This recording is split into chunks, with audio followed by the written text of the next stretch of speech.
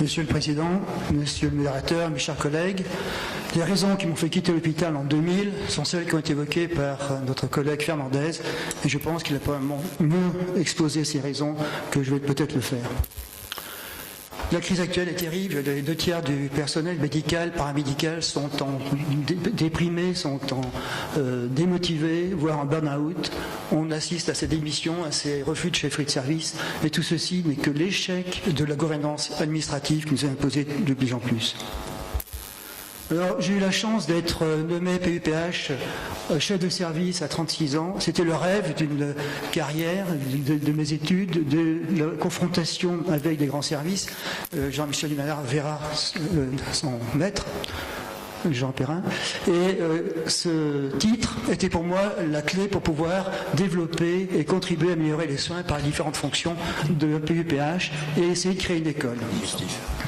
Alors j'avais un service de 44 lits avec une équipe assez satisfaisante. L'activité a explosé et elle s'est développée dans la chirurgie digestive courante avec l'arrivée de la cystoscopie sous l'impulsion de Philippe Mouret et François Dubois. Il y avait également un sujet à améliorer, c'est la prise en charge de la chirurgie de personnes âgées. Et dans le cadre des urgences, il y a beaucoup à faire pour améliorer le pronostic. Et puis évidemment, la cancérologie était un axe fort de cette activité. Les premières ACP, radiothérapie hyperopératoire, chimiothérapie, chirurgie hépatique. Il nous manquait peu que les transplantations pour rivaliser avec les plus grands services hospitalo-universitaires. J'ai formé également quelques élèves. Et puis, 15 ans après, en 2000, découragement et démission pour les raisons qui ont été évoquées, impossibilité d'avoir les moyens adaptés à cette activité, la régression de la qualité des soins, difficultés croissantes pour soigner un patient, les conditions de travail épuisantes, réunionites, contraintes administratives, et puis le statut de PUPH qui se dégradait, il n'y a plus aucun pouvoir. Et là-dessus, les 35 heures ont provoqué une démotivation générale. J'avais conclu à l'époque que l'hôpital n'est plus fait pour soigner, il est conçu pour faire des économies avec aucun risque pour l'administration. Les patients et les médecins coûtent trop cher et sont devenus les ennemis à maîtriser, c'est ce qui a été dit tout à l'heure, et c'était en fait le début du naufrage. Alors le choix à 50 ans, c'était mourir épuisé à enfoncer des murs, cautionner un système sans espoir de modifier, ralentir mon activité et prendre une semi-retraite, mais il n'était pas question que j'abandonne ma clientèle, car ma vocation première, c'était quand même de soigner les patients. Partir dans une clinique ou une mutation, c'était les mêmes problèmes, et c'est pour ça que j'ai choisi le libéral. La solution libérale, la médecine libérale est extraordinaire. Le patient est réellement au centre du système. Bien entendu, tous les médecins sont directement intéressés pour les prendre en charge. Ils sont complètement impliqués et surtout complètement responsables. Parallèlement, les cliniques ont fait des efforts considérables de regroupement. Elles sont équipées de plateaux techniques remarquables qui fait qu'elles peuvent rivaliser facilement maintenant avec les CHU. Bien entendu, la gestion est rigoureuse. Il n'est pas question de dérailler sous peine que ce n'est pas l'État qui viendra au secours de ces structures, malgré les contraintes toujours plus dures et pesantes de l'HAS. La seule liberté dans ce système libéral pour les praticiens est finalement la gestion de leur temps.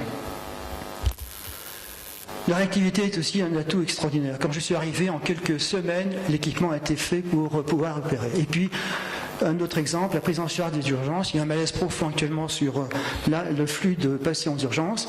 Nous avons changé d'équipe il y a 4 ans, avec 4 médecins venant de l'hôpital, du CHU à côté, qui étaient hyper motivés par la rémunération et par les conditions de travail.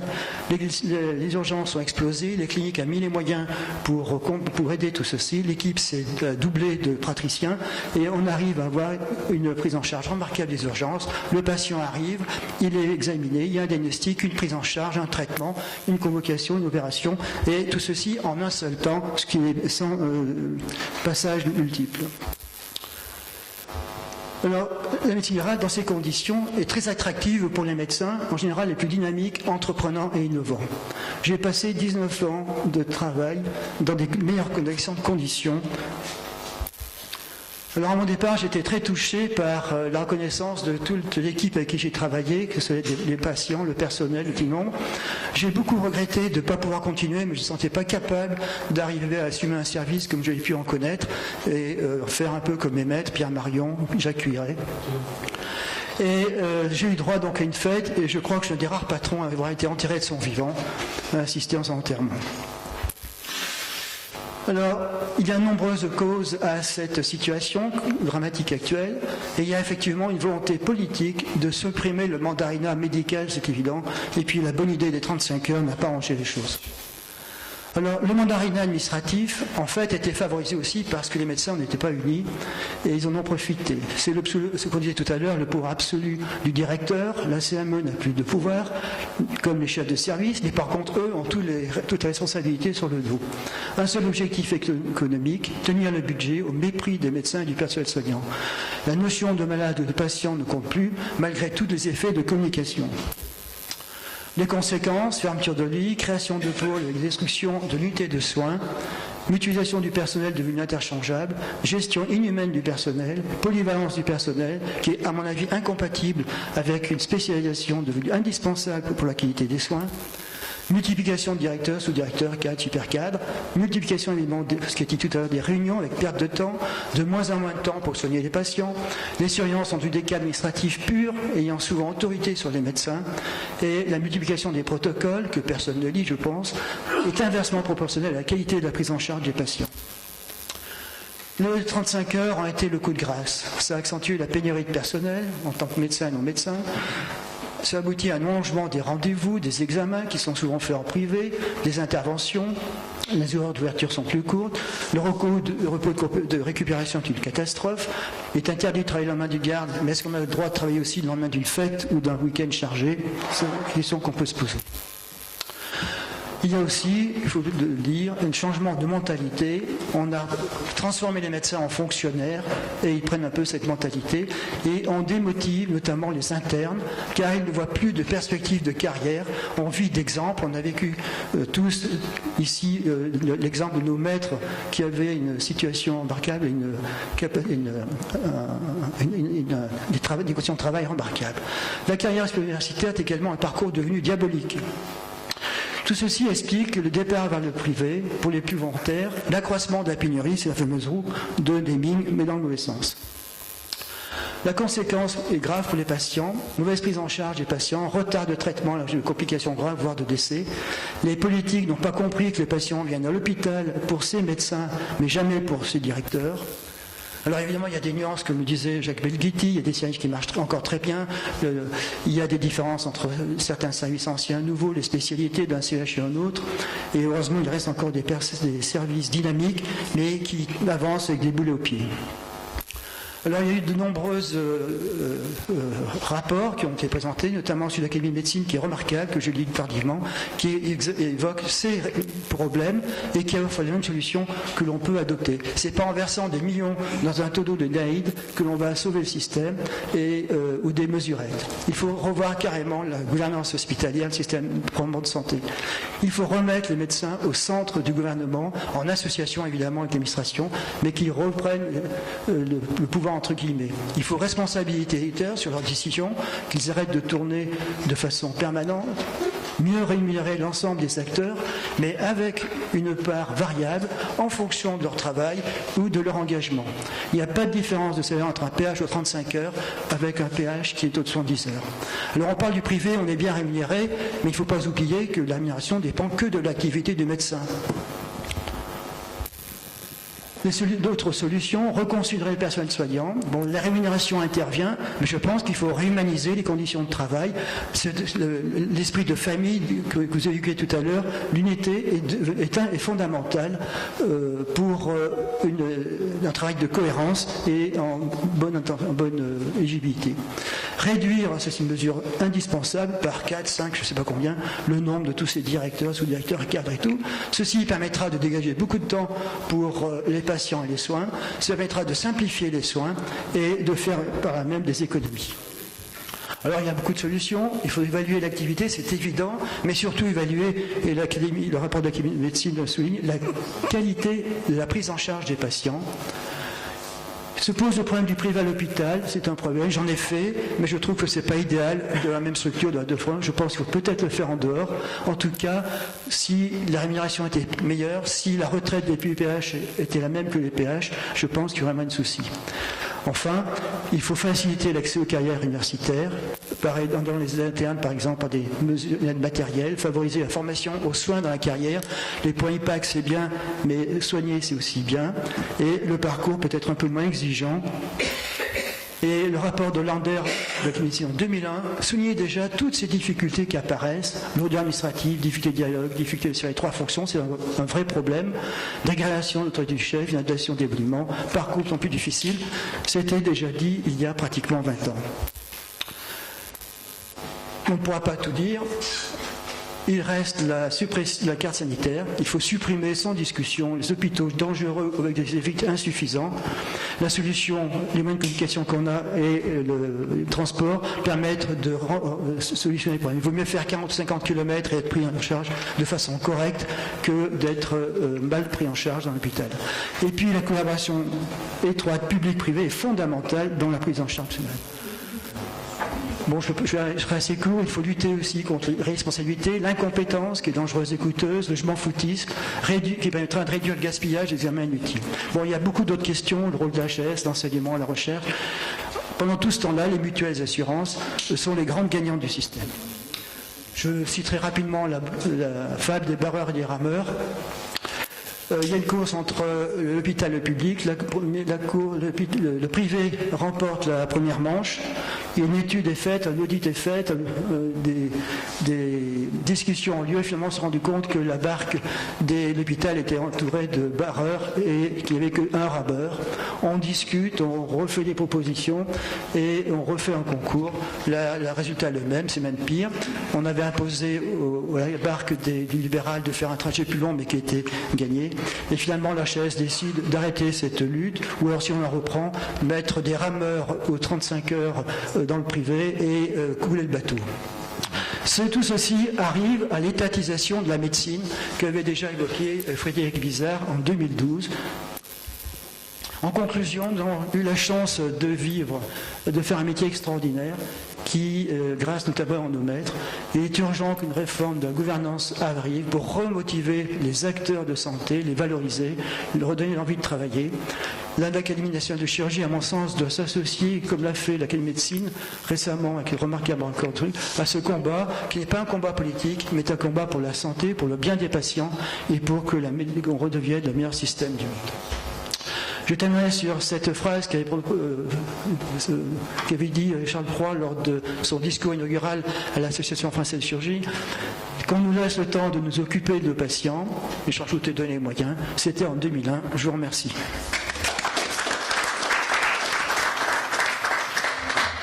Question. Qui veut prendre la parole? Oui. Claude Albert. Albert Claude. Albert Claude.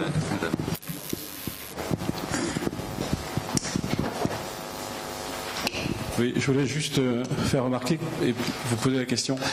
Parmi les chefs de service PUPH, quelle est la proportion de ceux qui ont démissionné par rapport à ceux qui existent sur le marché français? Combien y a-t-il actuellement de collègues qui ont démissionné de leur fonction administrative? On n'a pas cette notion de... Alors peut-être que ça va un peu à contre-courant de ce que vous dites. La catastrophe n'est peut-être pas aussi majeure que celle qui est présentée, telle que vous avez présentée. En vous écoutant, si nos patients vous entendent, ils le feront parce qu'il y a maintenant YouTube, on va vous présenter. On a l'impression qu'on n'est plus soigné dans nos hôpitaux, que c'est plus possible, qu'on n'opère plus, et qu'il ne faut surtout pas aller dans les hôpitaux et aller plutôt dans les cliniques privées, qui sont mieux gérées. Alors je ne sais pas, il me semble qu'il y a une déformation de la réalité, certes il y a une crise, il y a des éléments de crise, mais attention à ce catastrophisme qui est quand même hyper dangereux par rapport au message que l'Académie de chirurgie, de médecine peuvent transmettre à l'ensemble de la population française. Oui, je ne peux pas répondre sur le nombre. On appelle à la raison, c'est un peu ça. Oui, je ne peux pas répondre sur le nombre de chefs de service qui ont démissionné, mais manifestement, malgré toutes les alertes et tout, les faits sont là, qui fait que les conditions de soins se dégradent. Oui, se dégradent. Je suis peut-être un peu alarmiste, mais c'est vrai que c'est de pire en pire. Il y a quand même de très bons services, il y a encore des prises en charge, mais je vois autour de moi que c'est pas toujours aussi simple.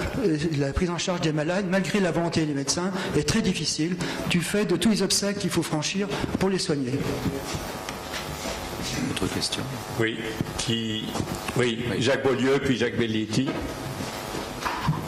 En dehors de ce problème de démission qui traduit un malaise général, il faut avoir conscience qu'il y a un véritable problème dans le fonctionnement des hôpitaux à l'heure actuelle et que moi, sur mes 45 années de carrière, j'ai vu la situation évoluer pas dans le bon sens. En ce sens que je me souviens qu'à regarder l'agenda de l'hôpital où je travaillais, initialement on était sous-administré, maintenant la part de l'administration est plus importante que la place des médecins dans les postes téléphoniques. En fait, on a, pour donner du travail à des jeunes diplômés, suradministré les hôpitaux. Et maintenant, le médecin a une place de plus en plus faible dans la gouvernance de l'hôpital. Vous l'avez tous dit, on peut revenir là-dessus. Je crois qu'avoir transformé l'hôpital en une affaire qui n'avait pour beaucoup qu'un but financier est une erreur. Soigner les malades, c'est pas comme une affaire et comme une entreprise. C'est pas la même chose. Et je crois qu'on est suradministré, c'est absolument évident. Et là, il y a un véritable problème parce que l'administration, en fait, si on réfléchit bien, c'est un peu comme dans la marine, elle devrait assurer l'intendance et nous apporter ce dont nous avons besoin. Rappelez-vous de cette phrase, assurer l'intendance et nous apporter ce dont nous avons besoin pour travailler. Et progressivement, il y a eu une déviation dans ce fonctionnement. Alors les médecins, bien sûr ils ont aussi des torts. En 45 ans, j'ai vu peu à peu se fonctionnariser l'esprit médical par rapport à ce que j'ai pu connaître au début. Et puis, peut-être que le manque d'attractivité de la carrière et l'évolution des mentalités a transformé l'esprit des jeunes qui pratiquent ce métier, qu'il ne faut pas le nier. Il n'est pas normal d'ailleurs que dans un hôpital, dans un centre hospitalo-universitaire, il n'y ait pas une réévaluation. Alors ça peut être à 5 ans, ça peut être à 7 ans de nos activités. Parce que finalement, une fois qu'on est dans le système, on suit tout doucement la barque jusqu'à la retraite, sans qu'il y ait de modification, qu'on soit bon ou mauvais. C'est un ensemble général qu'il faudrait modifier. Alors, supprimer l'administration, c'est un vœu pieux. Ça ne peut pas se faire du jour au lendemain, ça ne se fera que par non-renouvellement au moment des départs à la retraite. Transformer l'esprit des jeunes parce qu'ils sont les surpayants, je ne sais pas si c'est possible, leur faire des projections de carrière qui soient meilleures, c'est peut-être aussi très difficile. Enfin, je voudrais dire une chose où je suis un petit peu en désaccord avec ce que tu as dit dans cette comparaison privé-public qui met tout l'avantage au privé par rapport au public. Il se trouve que dans ma famille, certains travaillent dans des cliniques privées très importantes, même dans la clinique privée qui se trouve à Lyon maintenant, qui est la plus grosse clinique privée de France. C'est pas drôle tous les jours. Maintenant, ces cliniques sont suradministrées par des administrations dont le siège est en Suède ou ailleurs et qui travaillent au rendement. La mentalité a totalement changé, et même par rapport à la clinique où tu travailles, l'esprit n'est plus le même. Alors, il y a des évolutions qui entraînent une certaine un esprit désabusé, que ce soit dans le privé ou dans le public. Ces modifications, je ne sais pas si j'étais en charge, je ne sais pas comment je ferais pour modifier ça du jour au lendemain. J'ai quelques idées, mais c'est certainement très difficile. Merci. Je partage complètement ta réflexion. En ce qui concerne le privé, effectivement, il y a le poids de plus en plus important des grands groupes sur les médecins. Par contre, je ne suis pas d'accord avec la communication précédente qui disait que le privé choisissait les malades et prenait les plus rentables. Je suis absolument contre, c'est absolument pas la réalité. Il y avait Jacques Belletti. Non, pas beaucoup. On aimerait le faire, mais souvent les doyens, en tout cas à Saint-Étienne, ne font rien pour favoriser cette perspective. Mais il faudrait qu'on intervienne. J'ai un peu de mal dedans. Je trouve qu'il y a beaucoup de nostalgie. Mais je vais reprendre quand même 2 éléments de Jacques. Je t'aurais attendu un peu plus sur les problèmes du privé. Parce qu'il y a quand même des éléments dans l'hôpital public. C'est vrai qu'on a une certaine lourdeur, il y a des tas de choses, mais il y a quand même un travail coopératif, un travail de recherche. Il y a une liberté qui va devenir un problème. C'est-à-dire qu'il y a quand même un certain nombre d'entre nous dans les hôpitaux publics qui ne sont pas souvent là, et personne ne les contrôle. Ça, il a fallu que j'arrive à... Non, mais ça c'est un point qui n'est pas négligeable. Et puis, Benamou a raison, enfin, de dire, est-ce que vous pouvez me citer une profession actuellement qui ne pousse pas, qui ne dit pas nous sommes dans une situation catastrophique, on ne nous écoute pas, on nous méprise, on est à merde. Une profession. Citez-la moi. Hein. Peut-être les notaires, et encore. Bon, non, c'est vrai. Donc on est dans un contexte, sur lequel il faut faire attention. Il y a des problèmes quand même dans le privé. À l'américain, le week-end dernier, un anesthésiste, enfin, il y a des choses qui se passent. Donc, moi, j'ai un peu peur. Alors, c'est vrai, on ne peut pas rester sur ce qu'on était, on ne peut pas aller. Le vrai problème, c'est la gouvernance. C'est qu'à la fois, on ne sait pas actuellement qui dirige. Les médecins, il ne faut pas toujours les laisser diriger parce qu'ils se protègent. Il n'y a pas un médecin qui, à un moment donné, va dire aux autres, nous sommes dans la période où il va y avoir les bronchiolites. Les bronchiolites, il va falloir augmenter le nombre de lits en réa. Donc toi et toi, tu vas fermer tes lits de réa et comme on a moins d'infirmières, tu vas les passer là. Il n'y en a aucun qui va le faire. Et on le sait très bien, les CME ne font pas de décision. Les administratifs, quand ils le font de façon irraisonnable. Ils jouent avec les gens comme ils ne devraient pas jouer. C'est-à-dire, on ne peut pas bouger des infirmières comme ça, on ne peut pas mettre des pôles. Ça, c'est un truc qu'ils ne peuvent pas comprendre. Il n'y a que les médecins. Et je crois que le vrai problème, c'est le problème de la gouvernance. C'est-à-dire qu'à un moment donné, en revenir, très probablement, sur ce qui se passe dans les centres anticancéreux, sur ce qui se passe probablement dans les hôpitaux de l'armée, où il y a un truc. Et ça, je pense que c'est un vrai débat. Juste pour compléter ce que dit Jacques, l'exemple des blocs opératoires, qui est un sujet que je connais un petit peu, est typique également, comme celui de la répartition des lits en fonction des urgences. Les médecins et les chirurgiens et les anesthésistes auraient beaucoup plus de pouvoir vis-à-vis de l'administration s'ils s'aidaient entre eux pour régler les problèmes d'organisation des blocs opératoires. Et on aboutit quand même au fait qu'un certain nombre de médecins quittent l'hôpital public qui est suradministré, et c'est vrai, il faut le corriger, pour aller dans du secteur privé qui actuellement est non seulement suradministré par une administration beaucoup plus dure et une administration qui est en général délocalisée en Norvège, en Suède, en Australie, etc. Et moi je fais partie d'un des rares PUPH qui a été dans le privé et dans le public. Quand on connaît les choses, c'est quand même assez étonnant de voir des gens qui disent je quitte l'hôpital public, le privé c'est beaucoup mieux. Je parle de façon générale, je ne parle pas de ton exemple particulier, surtout que les cliniques ont changé, comme tu l'as très bien dit, mais où l'administration est encore plus dure. Moi j'ai des collègues chez qui les cliniques ont dit monsieur, vous ne ferez pas de cystectomie avec remplacement parce que ça n'est pas rentable, donc vous ne les ferez pas. Donc je veux dire, on est des adultes, il faut aussi qu'on réfléchisse un petit peu. Et ça c'est un premier point.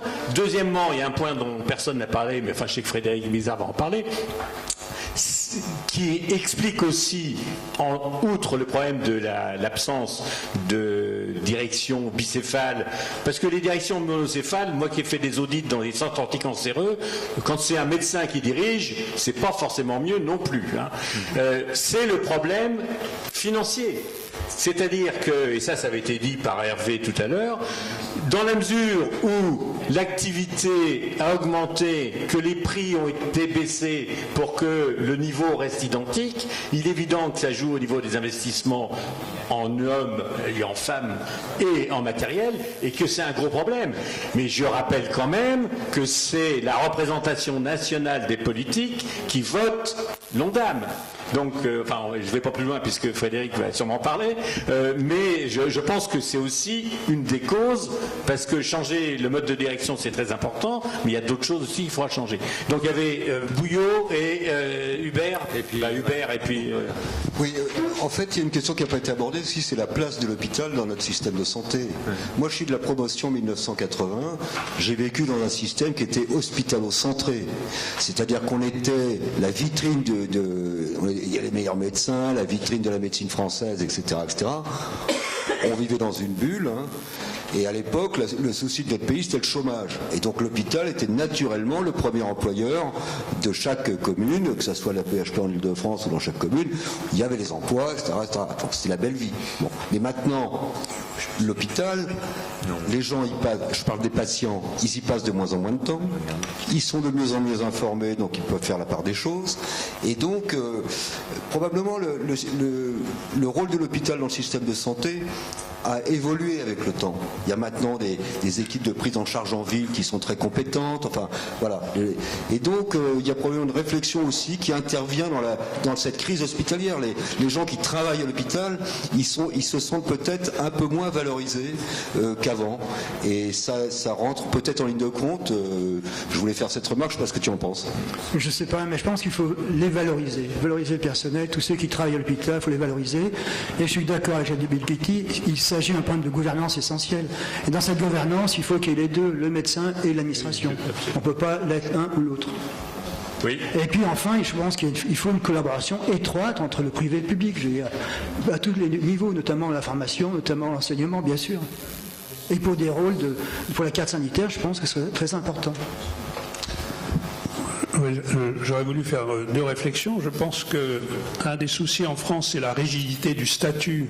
Et c'est-à-dire qu'on applique les mêmes règles au CH de Vierzon, que je connais bien, au CH d'Ajaccio ou au CHU Paris, et appliquer les mêmes règles alors que les praticiens ne sont pas les mêmes, n'ont pas la même formation, n'ont pas les mêmes souhaits, et qu'il y a beaucoup de choses par derrière qui sont des rémunérations cachées par les directeurs pour que la moitié des patients soient opérés en privé, mais sans qu'on leur dise, etc.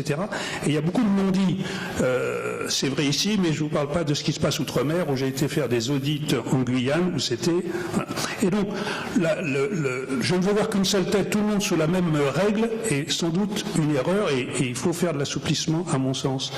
La deuxième chose que j'ai vue apparaître, moi, au cours de ces 45 ans, c'est l'apparition de 3 hiérarchies parallèles. Il y a la hiérarchie médicale, qu'on connaît bien, et qui fonctionne pas si mal que ça, et moi je trouve qu'on a eu une vie tout à fait heureuse et un très beau métier.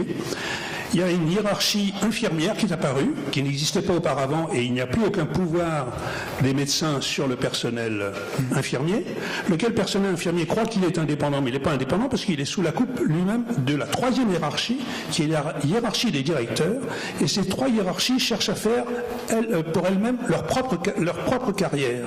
Les directeurs, ils veulent monter de poste en poste, de CH en CHG, en CHU, et devenir directeur, et ils tournent tous les 2 ans avec un turnover important, et cette notion de comment vont-ils être jugés, ils vont être jugés que sur un critère économique. Et donc ces 3 hiérarchies parallèles, finalement, il y en a trop, ces hiérarchies. Et sur cette dernière hiérarchie administrative, moi je pense qu'un de ces gros soucis, c'est qu'ils n'ont pas assez de pouvoir, les directeurs. Contrairement à ce qui a été dit, ils n'ont aucune liberté, les directeurs. Et je voudrais en prendre comme seule illustration ce qui m'est arrivé à moi récemment.